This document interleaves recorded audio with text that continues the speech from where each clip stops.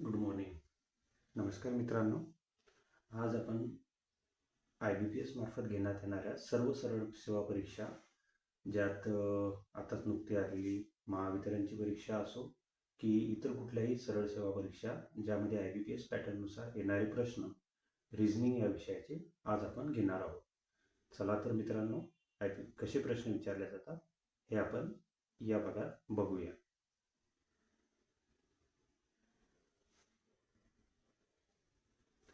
तर मित्रांनो, IBPS मध्ये आपल्याला अशा प्रकारचे ज्या प्रकारचे प्रश्न विचारले जातात त्याचा आपण एक भाग बघूया. महावितरणमध्ये जवळपास 40 प्रश्न रिझनिंगला आहेत. 40 प्रश्नांचे रिझनिंगचं सेक्शन असणार आहे. त्यामध्ये आपल्याला एक या प्रकारची पझल येऊ शकते, एक अशा प्रकारचा प्रश्न येऊ शकते. आपण हा प्रश्न वाचूया सर्वप्रथम.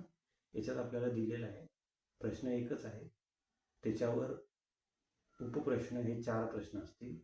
तर प्रश्न काय आहे सगळ्यात पहिले बघू आपण. मी इथं दिलेलं आहे BCDE मध्ये प्रत्येकाची उंची भिन्न भिन्न आहे. म्हणजे 4 लोक दिलेले आहे आणि त्यांनी आपल्याला सांगितलं आहे की त्यांची उंची ही वेगवेगळी, त्यांची उंची आपल्याला सांगितलेली आहे. त्यात त्यांनी सगळं म्हणजे आपल्याला सगळ्यात पहिली तर किती लोक आहे, तर इथे एक प्रश्नामध्ये थोडी म्हणजे 5 लोक असायला पाहिजे. ABCDE, तर 5 लोक आहेत. जसे की त्यासाठी आपण 5 लोक 1 2 3 4 5 हे लोक कन्सिडर करू.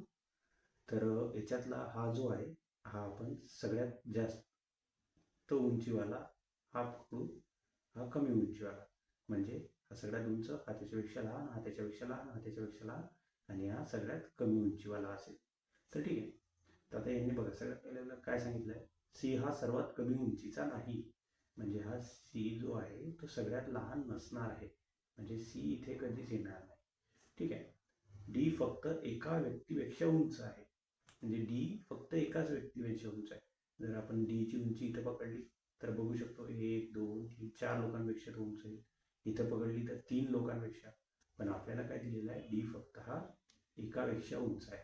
जर आपण इथं पकडला D, तर आपण इथं बघू शकतो फक्त एकापेक्षा उंच आहे आणि 3 पेक्षा लहान आहे. म्हणजे D ची ही पोझिशन फिक्स होईल. त्यानंतर यांनी प्रश्न आपल्याला केला, B आणि B फक्त E पेक्षा लहान आहे. परत त्यांनी सांगितलं B हा फक्त E पेक्षा, म्हणजे एकाच व्यक्तीपेक्षा, म्हणजे हा सगळ्यात मोठा जर आपण पकडला E जर पकडला सर्वात मोठा, फक्त त्याच्यापेक्षा लहान आहे. म्हणजे बाकी सगळे याच्यापेक्षा लहान आहे. म्हणजे फक्त E B पेक्षा मोठा आहे. B हा A आणि C या दोघांपेक्षा मोठा आहे. तर B, A आणि C, आता दोनच जागा आहे A आणि C साठी, या दोघांपेक्षा पण मोठा आहे.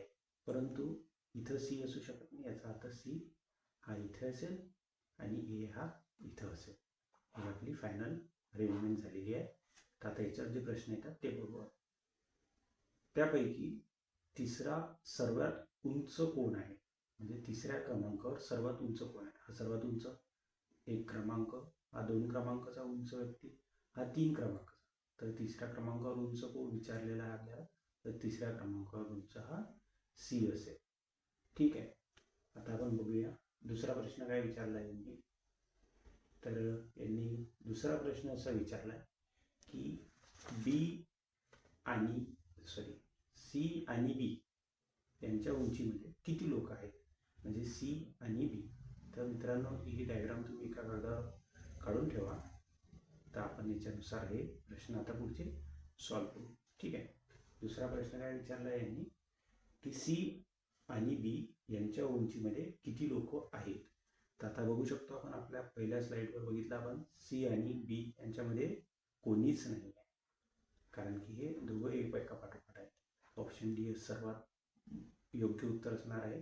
तिसरा प्रश्न आहे, सर्वात उंच व्यक्ती कोण आहे. तर सर्वात उंच व्यक्ती आपण बघू शकता मागे, तर सर्वात उंच व्यक्ती हा E आहे. ठीक आहे. आता परत बघा, E ची उंची 170 सेंटीमीटर दिली आहे आणि सी ची उंची 160 सेंटीमीटर दिली आहे. ई ची 170 आणि सी ची, तर बी ची किती असेल हा प्रश्न आहे. तर काय, ई ची 170 दिली आहे आणि सी ची 160. तर संभाव्य उंची आपल्याला बी ची विचारली आहे किती असेल. तर मित्रांनो बघा, बी या दोघांच्या मधल्या उंचीचा आहे, म्हणजे 160 ते 170च्या मधातली जी उंची असेल ती बी ची उंची असेल. ठीक आहे.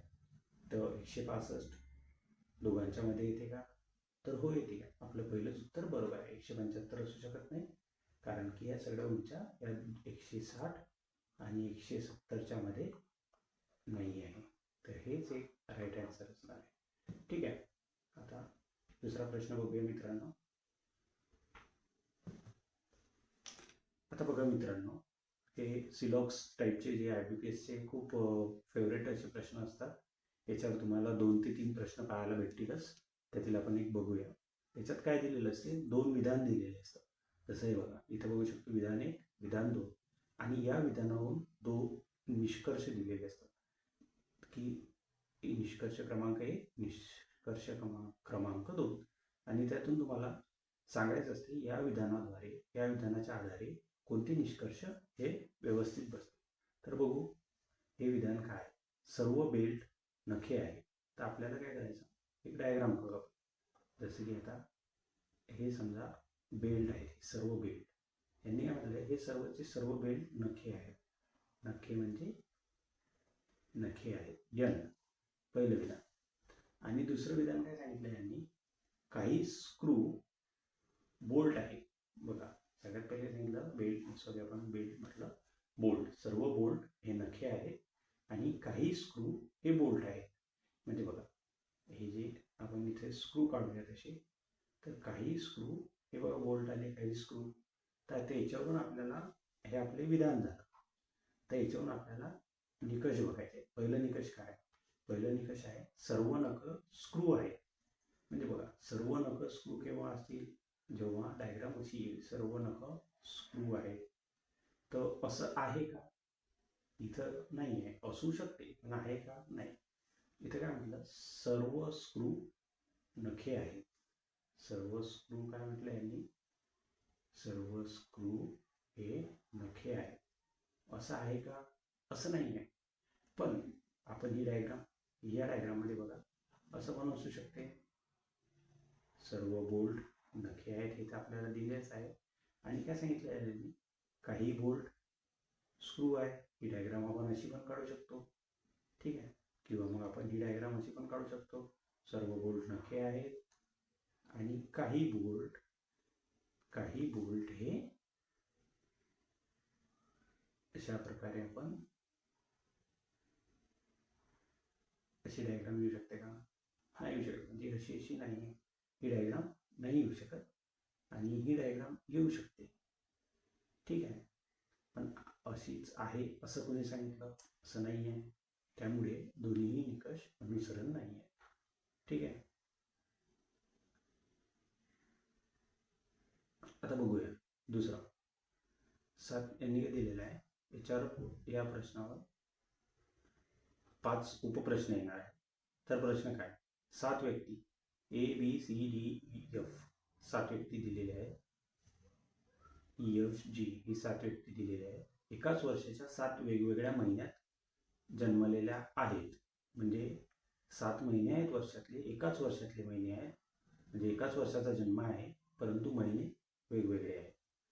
महिने यांनी दिलेले आहे मार्च ते सप्टेंबर या कालावधीत एकाच क्रमाने जन्म झालेला असल्याची गरज नाही. म्हणजे असं नाही की A मार्चमध्ये झाला, B एप्रिलमध्ये, C नाही, मागे पुढे असू शकते. परंतु या 7 महिन्यात त्यांचा जन्म झालेला आहे. 7 लोकांचा मागे पुढे काय असेल ते पुढे बघूया. Cचा जन्म जून नंतरच्या एका महिन्यात झाला. Cच्या सप्टेंबरमध्ये जन्म झाला नव्हता. आता हे यांनी प्रश्न दिलेला आहे, आपण याचा स्क्रीनशॉट एकदा काढून घ्यावा. मग आपण हा प्रश्न थोडा स्मॉल करून, इथं प्रश्नाची साईज लहान करून इथं प्रश्न आपण सोडवूया समोरच्या स्लाईडवर. आय होप तुम्ही स्क्रीनशॉट काढला असेल. तर बघा प्रश्न कसा सोडवायचा. तर बघा, सगळ्यात पहिले 7 व्यक्ती सांगितलेले आहे आणि 7 महिने. 7 महिने आपण लिहून घेऊया इकडे पहिले. जसं मार्च, मी सुरुवातीचे अक्षर लिहितो फक्त. एप्रिल, मे, जून, जुलै, ऑगस्ट आणि सप्टेंबर. ठीक आहे, हे 7 महिने आहेत.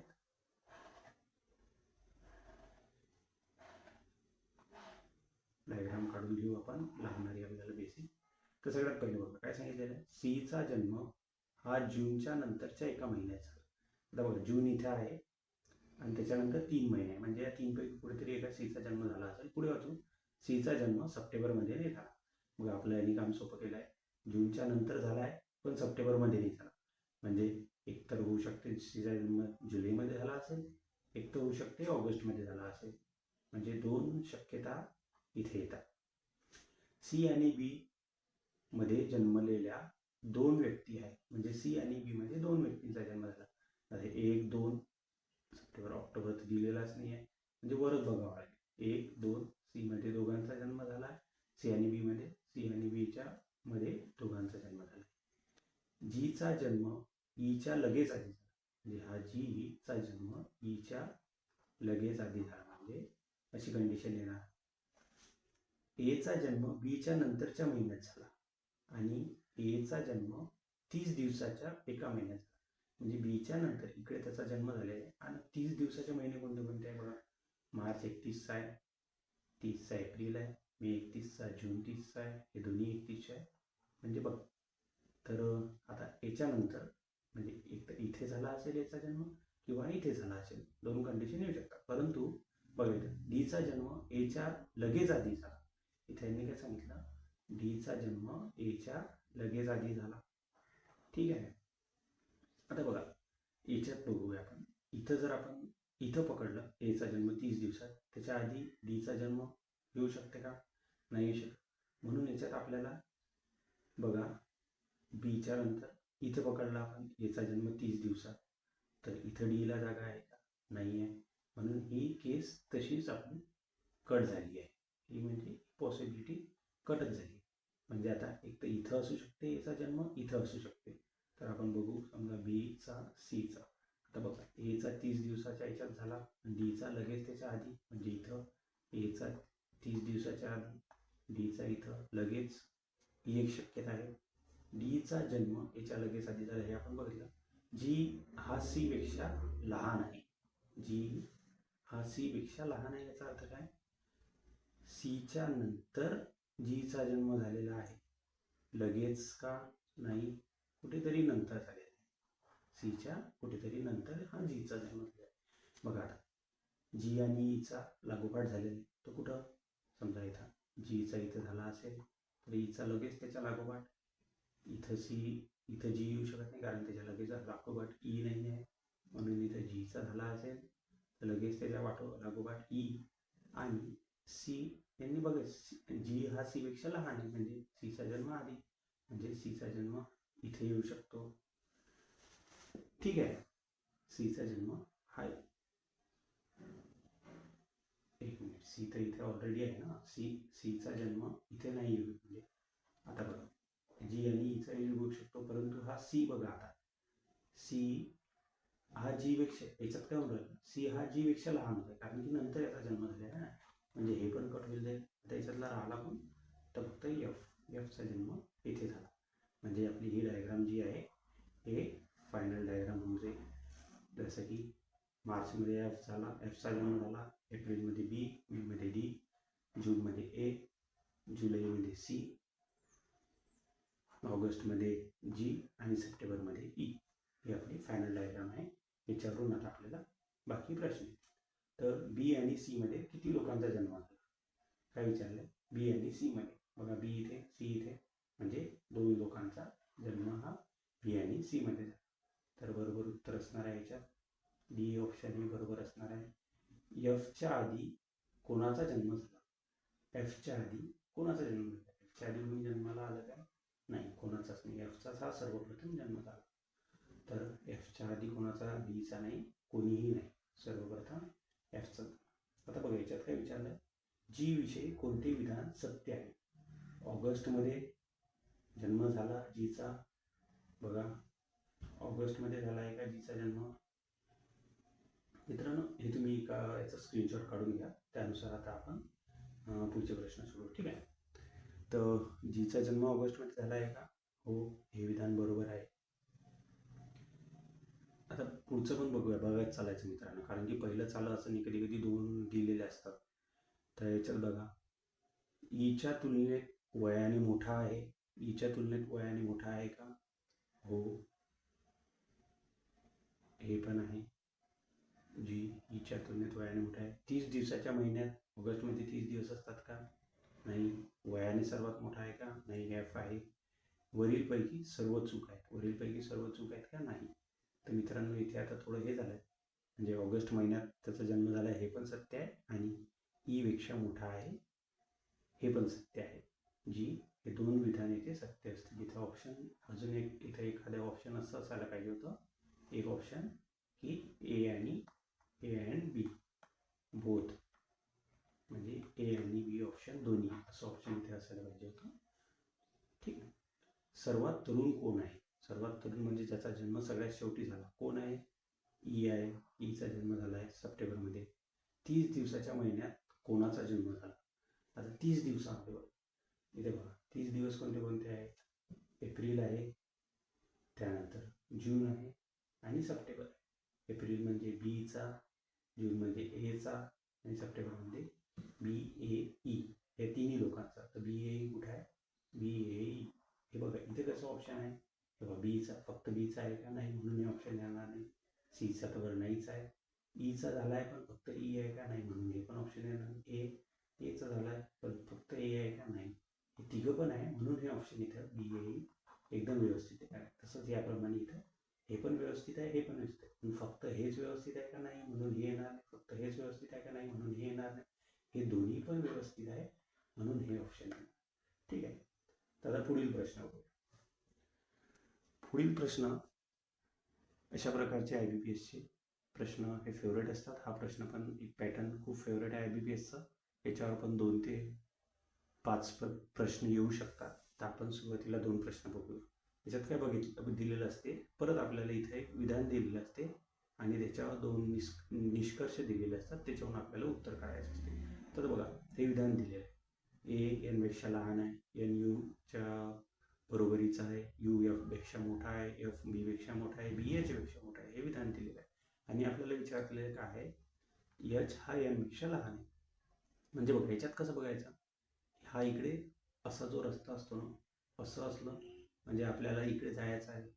असं जर असलं तर इकडे जायला आपला रस्ता मोकळा आहे, आणि असं जर असलं तर आपल्याला इकडे जायला पण रस्ता मोकळा आहे, इकडे पण आपली गाडी जाऊ शकते.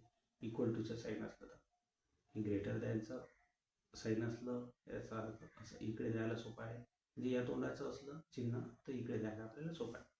तर बघा, आता आपल्याला काय करायचं आहे? एन पासून एचकडे गाडी न्यायची आहे आपल्याला. आपली एन पासून एचकडे, एन कुठे आहे? हा इथं. एचकडे गाडी न्यायची आहे. इथून जाऊ शकते का? जाऊ शकते. यूकडे जाऊ शकते, यू जवळून एफकडे पण जाऊ शकते. सारखेच इकडे जायचा रस्ता मोकळा आहे. एफ पासून बीकडे जायचा मोकळा आहे, बी पासून एचकडे. याचा अर्थ एन पासून एचकडे जायचा रस्ता आपल्याला मोकळा आहे, म्हणजे हे बरोबर आहे. आता बघा, आपल्याला एफ पासून एकडे जायचं आहे. तर एफ पासून एकडे जायचा रस्ता मोकळा आहे का? एफ कुठं आहे? इथं. ए कुठं आहे? इथं. आता एफ करून आपल्याला इथं जाऊ शकतो का आपण? नाही, कारण हे बघा, उलटा रस्ता आला. इथं असं असतं तर आपण जाऊ शकलो असतो, पण इथं उलटा रस्ता आला म्हणून आपण जाऊ शकत नाही. म्हणजे हे चुकीचं आहे. म्हणजे फक्त निष्कर्ष 2 हे चुकीचं आहे, फक्त निष्कर्ष 1 हे व्यवस्थित आहे, म्हणजे ऑप्शन बी याचं व्यवस्थित उत्तर असेल. बघा, परत याच्यात बघा, एच पासून जीकडे जायचं. एच पासून गाडी इकडे पुढे सरकतच नाही आहे जीकडे, म्हणून हे उत्तर पहिलं निष्कर्ष चुकीचं आहे. एफ पासून टीकडे जायचं आहे. बघा, एफ कुठे आहे? एफ इथं आहे. एफ पासून जी पर्यंत गाडी जाऊ, जीच्या पुढे गाडी जायला रस्ताच नाही आहे, त्यामुळे हे पण चुकीचं आहे. म्हणजे पहिलं चुकीचं आहे, दुसरं चुकीचं आहे, पहिलं पण चुकीचं आहे. दोन्ही बरोबर तर म्हणू शकत नाही दोन्ही, त्यामुळे दोन्ही पण चुकीचे आहे. हे व्यवस्थित आन्सर असणार आहे. ठीक आहे. पुढे बघूया मित्रांनो. पुढील याच्यावर आपण एवढेच प्रश्न आज बघितलेले आहे. पुढील प्रश्न आपण पुढच्या भागात बघूया. याच्यात बघा मित्रांनो, आज आपण काय काय बघितलं? एक सिलॉक्सचे प्रश्न बघितले आपण, सिलॉक्सचा प्रश्न IBPSचा फेवरेट आहे. त्यानंतर उंचीचे प्रश्न बघितले. त्यानंतर एक पझल बघितले आपण वेगवेगळ्या महिन्यात जन्माला आलेल्या लोकांची. अशा प्रकारचे सर्व हे IBPSचे फेवरेट प्रश्न आहे. पुढील व्हिडिओमध्ये आपण आणखी रिझनिंगचे काही प्रश्न घेऊ. कशा प्रकारचे प्रश्न येतात, कसे सोडवायचे असतात हे प्रश्न आपण पुढील व्हिडिओमध्ये घेऊ. तोपर्यंत आपण आपल्या चॅनलला जर